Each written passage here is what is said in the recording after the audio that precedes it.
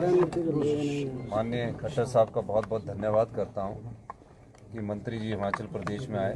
पूरे देश में एक प्रकार की इन्होंने प्रक्रिया शुरू की है और बहुत अच्छी बात है। इस प्रक्रिया के माध्यम से हमें खुला टाइम मिल जाता है और उनसे चर्चा करने के विषय जो होते हैं उन पर खुलकर चर्चा भी होती है और हमको प्रेजेंट करने का भी मौका मिलता है। आज बड़ी सौहार्दपूर्ण वातावरण में बातचीत हुई, विषयों को समझा गया। कुठेड़ पावर प्रोजेक्ट उसमें 12, 18, 30 वाला प्रोजेक्ट और 40, 7 वाला प्रोजेक्ट हमको हिमाचल में वापस मिले।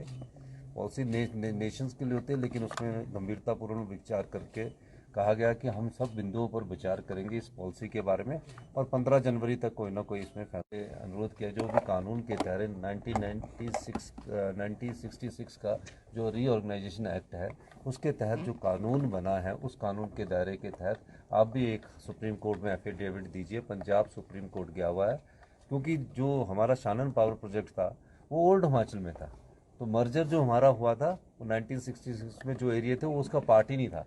तो माननीय मंत्री जी ने दिशा निर्देश दिए कि मुझे उस एक्ट की कॉपी पढ़ाई जाए और जो उस समय के एक्ट के हिसाब से ही अपना एफिडेविट देंगे।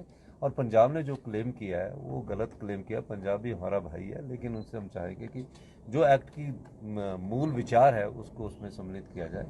तीसरा बीबीएमबी से रिलेटेड था और बड़ी अच्छी बात ये हुई कि बीबीएमबी के एरिया से रिलेटेड था। 7.19 हिस्सा जो है, जो पिछले 13 साल से सुप्रीम कोर्ट में हमारा फंसा हुआ है, उसमें ये कहा गया कि पंजाब ने कुछ ऑब्जेक्शन किया है, लेकिन एक बैठक की जाएगी जिसमें हरियाणा, पंजाब, राजस्थान सब लोगों को सम्मिलित करके उस बैठक के बाद ये किया जाएगा कि वो हमको एरियल किस रूम में बिजली के रूम में देते, इस विषय में था। और चौथा बीबीएमबी में जो हम अपना क्रूज चला रहे हैं, शिकारा चला रहे हैं, टूरिज्म एक्टिविटी जो बढ़ा रहे हैं, और जो बीबीएमबी में हमें पानी लेने के लिए एनओसी लेना पड़ता था कि पानी की कोई स्कीम बननी है पीने के पानी के लिए 200 लोगों के लिए, तो एनओसी लेना पड़ता, उस पर बड़ी सार्थक विचार आए और उन्होंने कहा कि इस प्रकार की किसी की ज़रूरत नहीं है और इस पर वो फैसला करेंगे।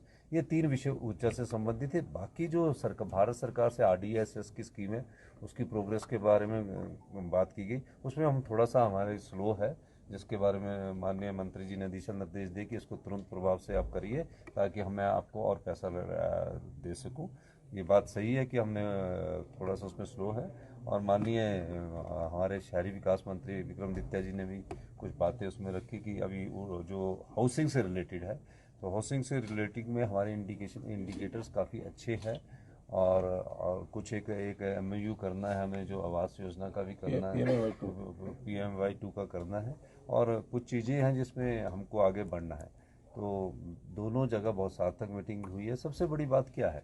सबसे बड़ी बात है कि 2 घंटे लगाकर कोई केंद्रीय मंत्री यहाँ आकर बात सुनता है तो उसकी बात पर बहुत ज़्यादा बात रहती है। मैं पिछले दिनों भी माननीय मंत्री जी से मिला था अपनी रॉयल्टी के लेकर, हिमाचल के इंटरेस्ट के लेकर, तो माननीय मंत्री जी ने बड़ी गंभीरतापूर्वक बात की और आज भी बड़ी गंभीरतापूर्वक से बात की है, क्योंकि नेशनल प्रोस्पेक्टिव के पॉइंट ऑफ व्यू से भी कई चीज़ों को देखना होता है, लेकिन हमारे स्टेट के इंटरेस्ट को भी हम देखना चाह रहे हैं। हमने कहा कि जब प्राइवेट प्लेयर हमको 12, 18, 30 दे सकते हैं तो लोक उपक्रम क्यों नहीं दे सकते। तो एक स्टडी करना पड़ेगा कि किसका क्या इम्पैक्ट पड़ता है, उस सारी स्टडी के बाद हम आगे बढ़ेंगे। और निश्चित तौर पर आज दोनों विषयों पर बहुत अच्छी बात है और प्रोग्रेस बोर्ड लेकर आपने, हमको भी कुछ चीज़ें पता होती है जब प्रेजेंटेशन होती है तो हमें भी कुछ चीज़ों का ज्ञान होता है। ये बहुत अच्छी पहल माननीय मंत्री जी ने की और ये मेरे ख्याल पहले ये केंद्रीय मंत्री होंगे जो पूरे राज्यों में जाकर जा रहे हैं। मैं इनका व्यक्तिगत तौर से भी धन्यवाद करूँगा कि आपने जो हमको बातें सुनी है और उस पर गंभीरतापूर्वक फैसला करने की बात कही है। नहीं तो क्या होता है कि मैं जाता हूँ फिर वो कागज़ पर वहाँ पड़ा रहते हैं, फिर उसके बाद मैं दोबारा जाऊँगा तो करेंगे, लेकिन यहाँ आके एक फैसला तो हुआ। काफ़ी सालों से हमारे कई फैसले अटके थे, 15-15 साल से फैसला अटके थे और क्योंकि इनके पास अनुभव है, मुख्यमंत्री रहे हैं, तो फैसला करने की ताकत अनुभव देता, नॉलेज होती है, तो इन्होंने फैसला कर दिए। अब उसमें विषय में आगे बढ़ा जाएगा, उसके बाद बढ़ा जाएगा। तो मेरे को लगता है जल्दी हमारे इस मामले में फैसला सार्थक आएंगे और पॉजिटिविटी में आएंगे।